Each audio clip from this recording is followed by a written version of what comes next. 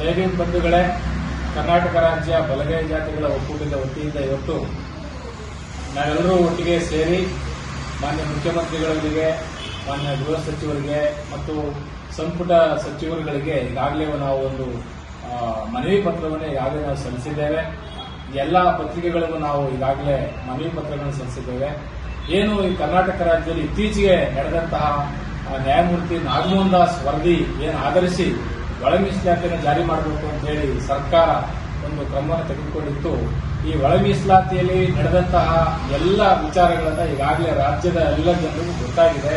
ಈ ಒಳ ಮೀಸಲಾತಿಯಲ್ಲಿ ಒಂದು ಸಮುದಾಯವನ್ನು ಕುಗ್ಗಿಸ್ತಕ್ಕಂಥ ತಂತ್ರವನ್ನ ನ್ಯಾಯಮೂರ್ತಿ ನಾಗಮೋಹನ್ ದಾಸ್ ಅವರು ಮಾಡಲಾಗಿ ಬಲಗೈ ಸಂಬಂಧಿತ ಜಾತಿಗಳನ್ನು ತೆಗೆದು ಮಾದಿಗ ಸಮುದಾಯದ ಜಾತಿಗಳಿಗಾಕಿ, ಅಲೆಮಾರಿಗಳ ಜಾತಿಗಾಕಿ, ಎಕೆ ಎಡಿ ಅಂತಕ್ಕಂತಹ ಏನು ಗುಂಪನ್ನು ಮಾಡಿ ಇಡೀ ಬಲಗೈ ಸಂಖ್ಯೆಯನ್ನೇ ಕುಗ್ಗಿಸ್ತಕ್ಕಂತಹ ಒಂದು ತಂತ್ರಗಾರಿಕೆಯನ್ನು ಮಾಡಲಾಗಿ ಈ ಒಳ ಮೀಸಲಾತಿ ಅವೈಜ್ಞಾನಿಕವಾಗಿದೆ, ಅಪೂರ್ಣವಾಗಿದೆ.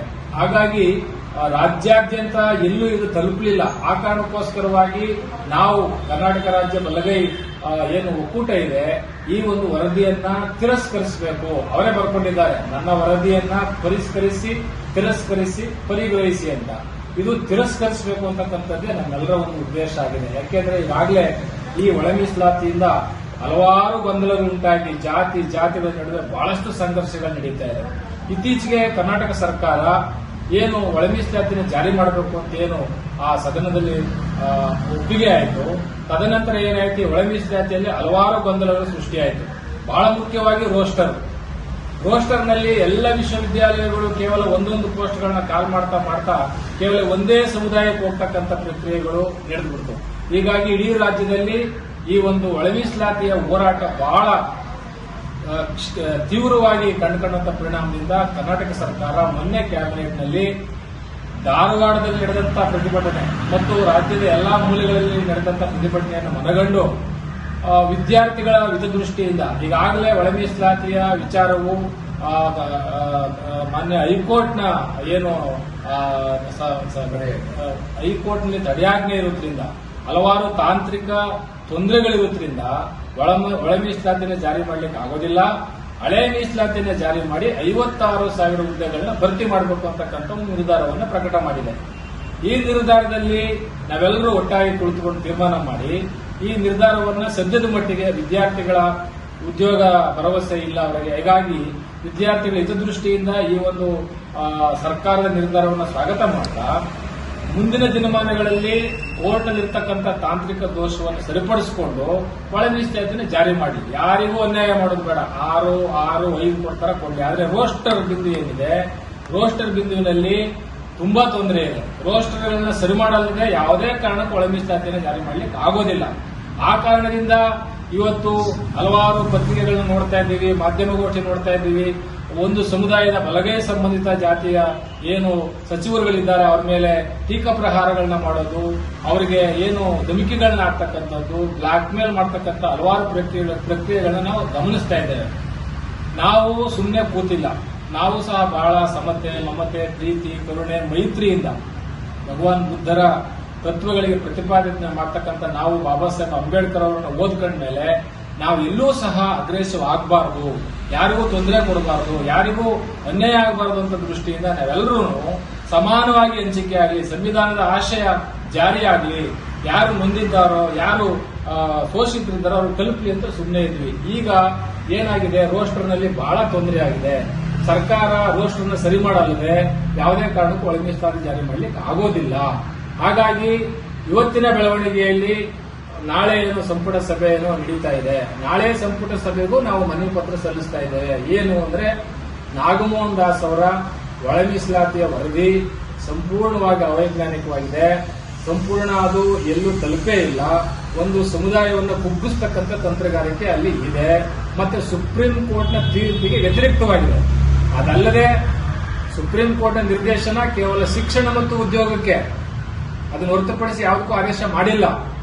ಹಾಗಿದ್ರೂ ಸಹ ಈ ಒಳ ಮೀಸಲಾತಿಯಲ್ಲಿ ಇರ್ತಕ್ಕಂಥ ಏನು ಹಲವಾರು ಪ್ರಕ್ರಿಯೆಗಳಿಗಾಗಲೇ ರಾಜ್ಯಾದ್ಯಂತ ಎಸ್ಸಿಪಿ ಟಿಎಸ್ಪಿಗೂ ಕೊಡಿ, ಜಿಲ್ಲಾ ಪಂಚಾಯತ್ಗೂ ಕೊಡಿ, ರಾಜಕೀಯಕ್ಕೆ ಕೊಡಿ, ಎಲ್ಲದಕ್ಕೂ ಕೊಡಿ ಅಂತಕ್ಕಂಥ ಏನು ನಡೀತಾ ಇದೆ ಇದೆಲ್ಲವೂ ಸಂವಿಧಾನ ವಿರೋಧಿ, ಸುಪ್ರೀಂ ಕೋರ್ಟ್ನ ತೀರ್ಪಿನ ವಿರುದ್ಧವಾದಂತಹ ವಿಚಾರಗಳು.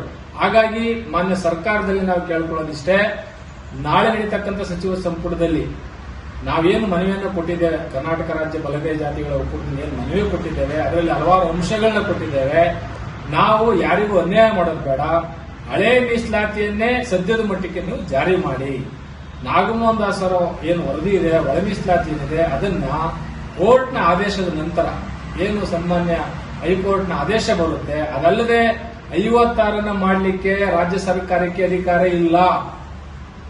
56% ಅವರು ಮಾಡಲಿಕ್ಕೆ ಅಧಿಕಾರ ಇರತಕ್ಕಂಥದ್ದು ಪಾರ್ಲಿಮೆಂಟ್ಗೆ ಹೋಗ್ಬೇಕು, ಅಮೆಂಡ್ಮೆಂಟ್ ಆಗಬೇಕು, ಶೆಡ್ಯೂಲ್ ಏನ್ಗೆ ಹೋಗ್ಬೇಕು. ಆ ಕೆಲಸ ರಾಜ್ಯ ಸರ್ಕಾರದ ಕೈಯಲ್ಲಿ ಇಲ್ಲ. ಹೀಗಾಗಿ ಸನ್ಮಾನ್ಯ ಸಚಿವರ ಮೇಲೆ ಬ್ಲಾಕ್ ಮೇಲ್ ಮಾಡಿ ಒತ್ತಡ ತಂದು ನಮ್ಮ ಸಮುದಾಯದ ಪ್ರಿಯಾಂಕ ಖರ್ಗೆ ಆಗಲಿ, ಮಾದೇವಪ್ಪ ಸರ್ ಆಗಲಿ, ಪರಮೇಶ್ವರ್ ಅವರಿಗೆ ಧಮಕಿ ಹಾಕೋದು, ಬ್ಲಾಕ್ ಮೇಲ್ ಮಾಡ್ತಕ್ಕಂಥ ತಂತ್ರಗಾರಿಕೆ ನಡೀತಾ ಇದೆ. ಇದನ್ನು ಯಾವುದೇ ಕಾರಣಕ್ಕೂ ಕರ್ನಾಟಕ ರಾಜ್ಯ ಬಲಗೈ ಜಾತಿಗಳ ಒಕ್ಕೂಟದಿಂದ ನಾವು ಖಂಡಿಸ್ತೇವೆ. ನಾವು ಯಾರನ್ನು ಟೀಕೆ ಪ್ರಹಾರ ಮಾಡಬಾರದು. ನಿಮಗೆ ಅನ್ಯಾಯ ಆಗಿದ್ರೆ ನೀವು ಸರ್ಕಾರಕ್ಕೆ ಒತ್ತಡ ತರ್ರಿ, ಮುಖ್ಯಮಂತ್ರಿಗಳಿಗೆ ಒತ್ತಡ ತರ್ರಿ, ಮಾಡಿಸ್ಕೊಳ್ಳಿ. ಅದು ಬಿಟ್ಟು ನೀವು ಯಾವುದೋ ಒಂದು ಸಮುದಾಯದ ನಾಯಕರುಗಳನ್ನ ನೀವು ಬ್ಲಾಕ್ ಮೇಲ್ ಮಾಡ್ತಕ್ಕಂಥ ತಂತ್ರಗಾರಿಕೆ ಅಕ್ಷರನೇ ಸಂವಿಧಾನದ ವಿರೋಧಿ ಕೆಲಸ ಅದು ಅಂತ ನಾವು ಈ ಸಂದರ್ಭದಲ್ಲಿ ಉಗ್ರವಾಗಿ ಖಂಡಿಸ್ತಾ ಇದ್ದೇವೆ. ನಾಳೆಯಿಂದ ಜಿಲ್ಲಾ ಮಟ್ಟದಲ್ಲಿ, ತಾಲೂಕು ಮಟ್ಟದಲ್ಲಿ ಕರ್ನಾಟಕ ರಾಜ್ಯ ಬಲಗೈ ಜಾತಿಗಳ ಒಕ್ಕೂಟದಿಂದ ಪತ್ರಿಕಾಗೋಷ್ಠಿ ಮಾಡಿ ಈಗಾಗಲೇ ನಿಮಗೆ ಈ ಒಂದು ಪತ್ರಿಕಾಗೋಷ್ಠಿ ವಿಷಯವನ್ನು ಕಳಿಸಿಕೊಟ್ಟಿದ್ದೇವೆ. ಎಲ್ಲಾ ಜಿಲ್ಲೆಗಳಲ್ಲೂ ಪತ್ರಿಕಾಗೋಷ್ಠಿಯನ್ನ ಮಾಡಿ ನಂತರ ಒಂದು ದಿನಾಂಕವನ್ನು ಗೊತ್ತುಪಡಿಸ್ತೇವೆ. ನಾಳೆ ಕ್ಯಾಬಿನೆಟ್ ಆದ ನಂತರ ಡಿಸೈಡ್ ಮಾಡ್ತೇವೆ. ಆ ದಿನಾಂಕದಂದು ಬೃಹತ್ ಪ್ರಮಾಣದಲ್ಲಿ ಬೆಂಗಳೂರಿನಲ್ಲಿ ಒಂದು ಸಭೆಯನ್ನು ಸೇರಿ ಏನಾದ್ರೂ ನಮ್ಮ ಬಲಗೈ ಸಂಬಂಧಿತ ಜಾತಿಗೆ ರೋಸ್ಟರಲ್ಲಾಗಲಿ ಉದ್ಯೋಗದಲ್ಲಾಗಲಿ ಏನಾದರೂ ತೊಂದರೆ ಆದರೆ ಖಂಡಿತವಾಗ್ಲೂ ಬೀದಿಗಿಳಿದು ಉಗ್ರ ಹೋರಾಟವನ್ನು ನಾವು ಮಾಡಲೇಬೇಕಾಗುತ್ತೆ. ಸಂಪೂರ್ಣವಾಗಿ ಏನು ನಾಗಮೋಹನ್ ದಾಸ್ ವರದಿಯನ್ನು ತಿರಸ್ಕಾರ ಮಾಡಬೇಕಾಗತ್ತೆ. ಆ ಒಂದು ವರದಿಯಲ್ಲಿರ್ತಕ್ಕಂಥ ಲೋಪದೇಶಗಳು ಸರಿಯಾಗಲಿಲ್ಲ ಅಂದ್ರೆ ಖಂಡಿತ ನಾವ್ಯಾರೂ ಸಹ ಇದನ್ನ ಬಿಡೋದಿಲ್ಲ, ಹೋರಾಟ ಮಾಡ್ತೇವೆ. ಸರ್ಕಾರಕ್ಕೆ ನಾವು ಎಚ್ಚರಿಕೆ ಗಂಟೆಯನ್ನು ಕೊಡ್ತಾ ಇದ್ದೇವೆ. ಸನ್ಮಾನ್ಯ ಮುಖ್ಯಮಂತ್ರಿಗಳು ಸಾಮಾಜಿಕ ನ್ಯಾಯವನ್ನು ಉಳಿಸ್ತೀವಿ ಅಂತ ನಮಗೆ ಮಾತು ಕೊಟ್ಟಿದ್ದೀರಿ. ಆ ಮಾತಿನಂತೆ ತಾವು ನಡ್ಕೋಬೇಕು. ಯಾವುದೇ ಸಮುದಾಯಕ್ಕೆ ಅನ್ಯಾಯ ಆಗೋದು ಬೇಡ, ಯಾವುದೇ ಸಮುದಾಯದ ಹಕ್ಕನ್ನು ಕಿತ್ಕೊಳ್ಳೋದು ಬೇಡ.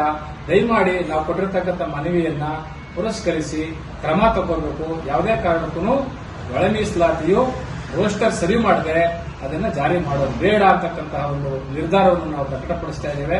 ಹಳೆಯ ಮೀಸಲಾತಿಯ ಜಾರಿಯಾಗಲಿ, ಅದು ಉದ್ಯೋಗಕ್ಕೆ ಮತ್ತು ಶಿಕ್ಷಣಕ್ಕೆ ಅನುಕೂಲ ಆಗಲಿ ಅಂತಕ್ಕಂತಹ ಒಂದು ಮಾತುಗಳನ್ನ ಸ್ಪಷ್ಟಪಡಿಸ್ತಾ ಎಲ್ಲಾ ರಾಜ್ಯದ ಬಲಗೈ ಜಾತಿಗಳ ಒಕ್ಕೂಟದಿಂದ ಪತ್ರಿಕಾಗೋಷ್ಠಿ ಮಾಡಿ ತಾವೆಲ್ಲರೂ ಸಹ ಜಾಗೃತರಾಗಿ ಹೋರಾಟ ಮಾಡಿ ನಿಮ್ಮ ಹಕ್ಕುಗಳನ್ನು ಉಳಿಸ್ಕೋಬೇಕು ಅಂತ ಹೇಳಿ ಕರೆ ಕೊಡ್ತಾ ಇದ್ದೇವೆ. ಜೈ ಭೀಮ್, ಜೈ ಭಾರತ್.